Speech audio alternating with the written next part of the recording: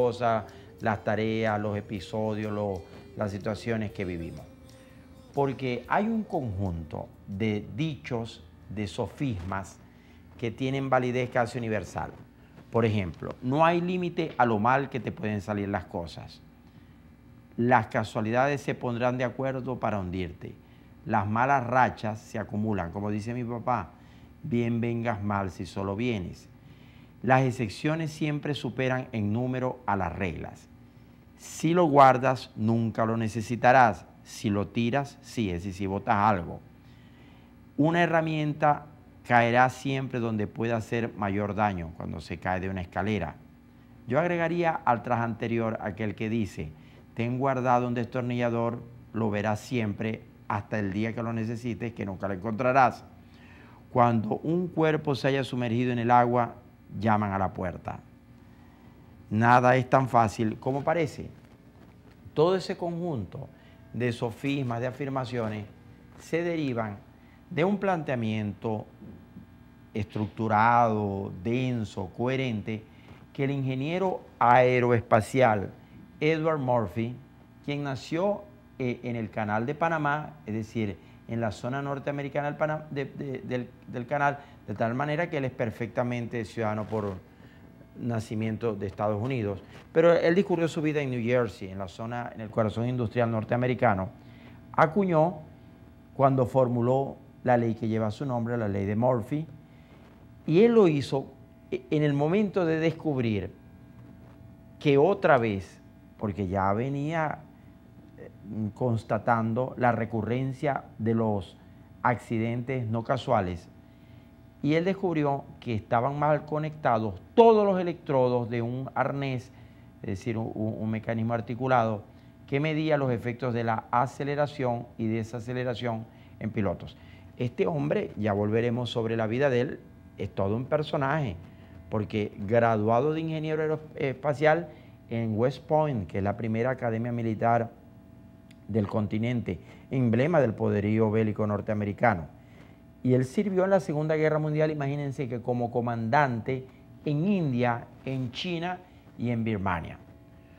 Formuló varias leyes, 8 de las cuales, según un análisis publicado por Jaime Rubio Hancock en el área científica del país de Madrid, sí tienen base científica.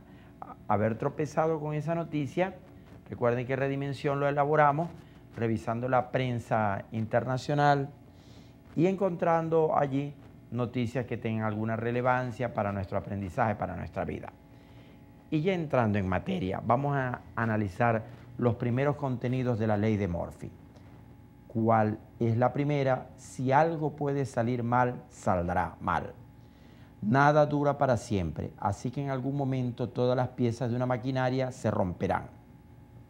A lo que podríamos añadir que cuanto más tiempo y trabajo comporte una tarea, más fácil será que en algún momento surja algún contratiempo.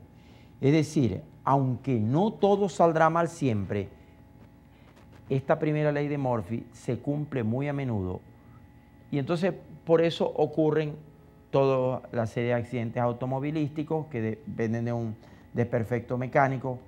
Bueno, el aparatoso accidente en una feria industrial de Nueva York, cuando le dejaron de poner la calza perdón, no dije Nueva York, quise decir París, Francia, le dejaron de poner la calza a un tren y el tren se deslizó, rompió la pared y cayó al vacío. Porque esa primigenia, la capital ley de Murphy, la que dice que algo puede salir mal, es decir, hay una inmensa lista de situaciones y solo una prevé la catástrofe, pues la catástrofe es la que se va a estar dando. Por eso la recurrencia de accidentes aéreos.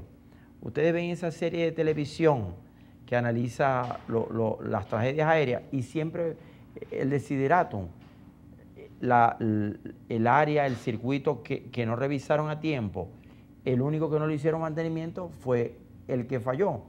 Por eso se hundió el Titanic, chocan los trenes, se hunden los otros barcos, han explotado los transbordadores especiales en el espacio.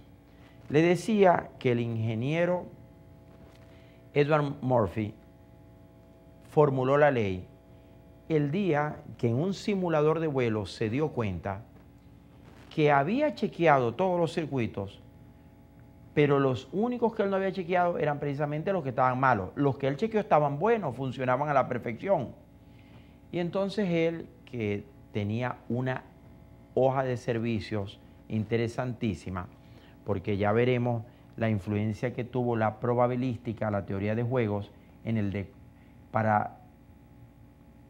la formulación de la teoría de juegos durante el análisis de la Segunda Guerra Mundial.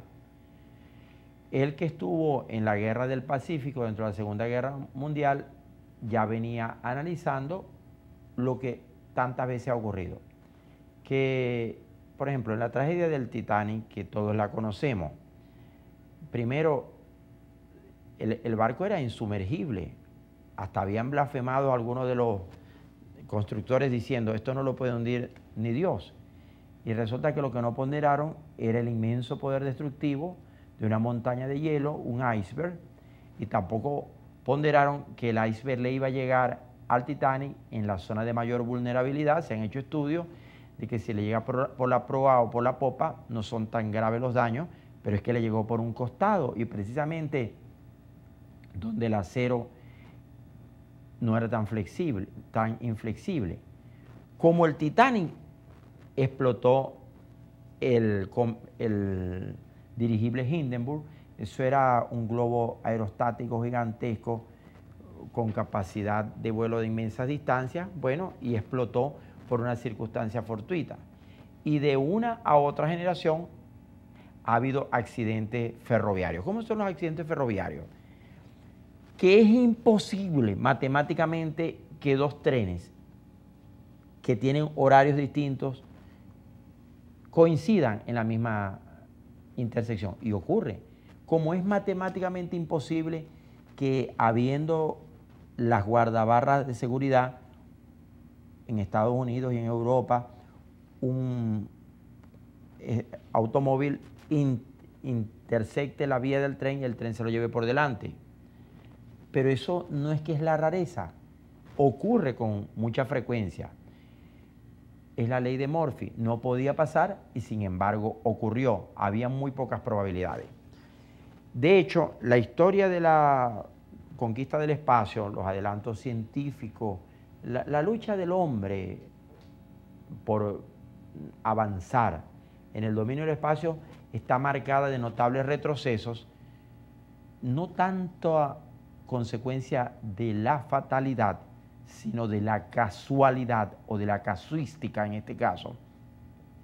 Porque, por ejemplo, el accidente que le costó la vida a Yuri Gagarin. Yuri Gagarin fue el hombre más famoso del mundo en 1960. Ese viene a ser un segundo Charles Lindbergh, porque fue el primer astronauta, cosmonauta lo dice la traducción rusa, que orbitó en el espacio. Y Yuri Gagarin, que sobrevivió a la estratosfera, que marcó una época con su célebre hazaña, resulta que murió en un choque de aviones.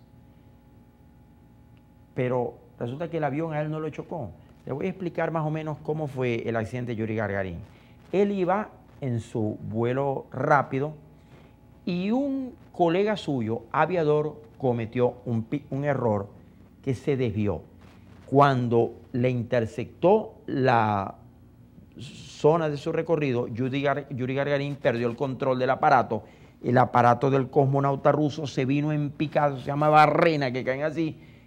Él intentó superar la barrena, pero le faltó tiempo y murió Yuri Gagarin, producto de la ley de Murphy, lo que no podía pasar, y eso ocurrió. De tal manera que la historia de la aviación, de los trenes, de la navegación militar y comercial también, el automovilismo, ¿cuántas veces uno ve un fenómeno de accidente inexplicable, injustificable, increíble? Y ocurrió porque todo se dio bajo la premisa de la ley de Murphy, que trabajó Murphy no solo con los precedentes de los famosos accidentes, el Titanic, el Hindenburg, las locomotoras, los siniestros en los submarinos que también han tenido alguna incidencia. También con el creciente número de accidentes automovilísticos en Estados Unidos y en los países industrializados. Todo lo malo que podía pasar ocurría. Pero es que a su vez él venía prediciendo una teoría probabilística que va a impactar mucho después de su era. Hablo de lo que sucedió con los transbordadores espaciales, los dos más famosos, el Columbia y el Challenger. ¿Cómo va a ser que el hombre logró ir y venir a la Luna varias veces, pero no ha logrado dominar la técnica de los transbordadores que no llegaban tan lejos? Ah, bueno, porque 2 veces en la tragedia de los transbordadores, la ley de Murphy adquirió una capital vigencia, una ocurrencia siniestra. Por ejemplo, en el caso del Challenger, chequearon todos los circuitos, pero un área funcional que el revisor de turno pensó que tenía mayor resiliencia, un cable, no lo tenía. Él pensó, creyó, se volvió creyón, y el Challenger explotó ante el mundo entero que lo veía, porque lo más impactante de estas tragedias de la modernidad es que son teletransmitidas en cadena mundial de televisión, valgan los pleonasmos, con el mundo entero. Entonces fíjense, con la pérdida de vida y la pérdida de millones y el retroceso en la carrera del espacio. Así ha ocurrido, por ejemplo, con los ferries. Ferries turísticos, convoyes de pasajeros, que llegando a la orilla, el terrible accidente de un ferry en las costas italianas tiempo atrás. Aquí estoy analizando nomás el naufragio de un ferry en Corea del Sur. Van llegando, se van acercando a la dársena, están entrando ya al puerto y se hunde el ferry y mueren centenares, decenas de personas. O el capitán se descuida un momento y también se descuida el copiloto y resulta que el piloto automático deja de funcionar y la computadora ha agarrado un virus y se hunde el ferry. Y entonces fallan las máquinas, fallan los seres humanos, todo falla, falla la electricidad. Fenómeno este de la mala suerte, de la casualidad que no es tan casual, de la casuística que no es casual, así lo digo mejor. Por ejemplo, con las llamadas tormentas perfectas, que es cuando confluyen una serie de rarezas climatológicas, depresiones subtropicales, aires fríos, tornados que están naciendo, y entonces producen una calamidad que arrasa todo a su paso. Eso tiene mucha incidencia en los accidentes aéreos. Estoy hablando de las tormentas perfectas, que a veces ocurren sobrevenidas, que incluso la capacidad de predicción de los meteorólogos se disminuye porque resulta que las tormentas aceleran su proceso de formación. En el recuadro está John Kennedy, el famosísimo hijo de John Fitzgerald Kennedy.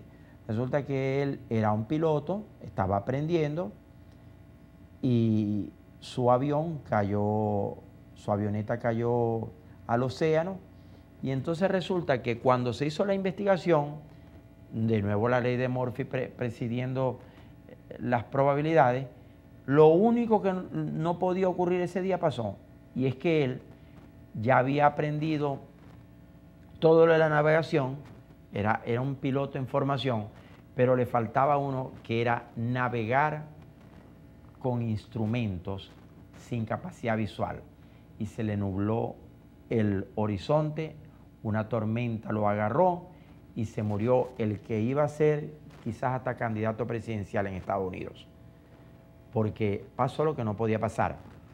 Como en la Segunda Guerra Mundial y en las guerras napoleónicas y en cada uno de los episodios que han demandado una inmensa capacidad de movilización, de predicción, de estructuración logística, ocurre lo que no puede pasar. Por ejemplo, Hitler, ¿por qué perdió la Segunda Guerra Mundial, que la tuvo ganada? Porque tuvo la bota puesta sobre Francia, buena parte de Europa, arrinconado a los ingleses, los norteamericanos todavía no habían entrado. ¿Y por qué perdió la Segunda Guerra Mundial? Porque él confió todo a una hipótesis nula que terminó siendo muy efectiva, muy viable. Y es que él, es decir, sus tropas, ocuparían Stalingrado, el corazón industrial ruso, antes que llegara el invierno. Pero ellos tuvieron unos retrasos logísticos operativos y el invierno los agarró, y cuando llegó el general Frío, el mismo que había derrotado a Napoleón Bonaparte en idénticas circunstancias, el clima de 30 y 20 grados bajo cero, la rueca del destino dio una voltereta de 180 grados y allí comenzó Hitler a perder la Segunda Guerra Mundial. Les decía que hay un conjunto de formulaciones teoréticas de la ley de Murphy. Por ejemplo, llevamos un mapa a la mano y resulta que lo que en verdad estamos buscando está en el doblez o en el borde del mapa. ¿Por qué yo siempre extraño tener un solo calcetín, una sola media? Bueno, porque es que él ha demostrado, la ley de Murphy, que se mete en una lavadora varios pares de medias y siempre van a salir, como las llamamos a nosotros aquí, incompleta o minga. Algo que estaremos viviendo los venezolanos con zozobra para toda esta época, que dicen, me metí en una cola, pero resulta que la otra era la que corría más rápido. Va a llover, pero si me llevo un paraguas, no llueve. Bueno, ellos tienen todo, digo, los norteamericanos, un predicamento de por qué no llueve el día que vamos preparados para eso. Esta ley de Murphy tiene que ver mucho con la práctica goebbeliana de la adulteración de la información. No importa cuántas veces se demuestre una mentira, siempre quedará un porcentaje de gente que cree que es verdad. Por eso después de un titular de la prensa, de la televisión, recoger los efectos es terrible. Siempre encuentra las cosas en el último sitio en que miraste. Ocurre que en verdad no es el último sitio en que miraste, sino que cuando encontramos la cosa ya no buscamos más y hemos buscado en toda la casa. En síntesis, la ley de Murphy es un permanente llamado de atención para nuestra vida, buscándole una utilidad práctica. Yo, por ejemplo, digo en carretera, el momento en que nos descuidamos para enviar un mensaje es el que el otro intersecta nuestro canal con resultados funestos. Nunca nos ocurre, pero sí ocurre. Revisamos todo el carro, pero nos confiamos en una correa, que bueno, esa nunca ha hecho broma. Eso es lo que se va a dañar. Y los accidentes terribles, eso, de dos autobuses que se estrellan de madrugada, es una siniestra concurrencia de factores causados por la ley de Murphy. No es la casualidad, sino la casuística de la teoría de las probabilidades, matemáticamente investigada, fehacientemente demostrada. No se confíe. Regresamos en breve con más de Redimensión, la ley de Murphy.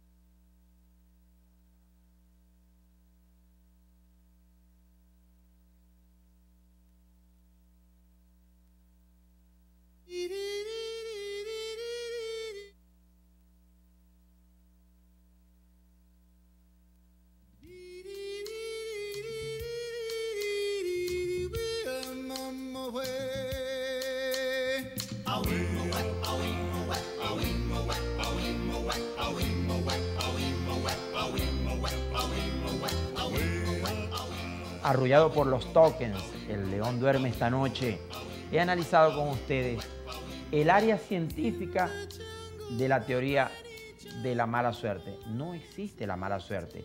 Lo que existe son gente confiada, gente que se cree.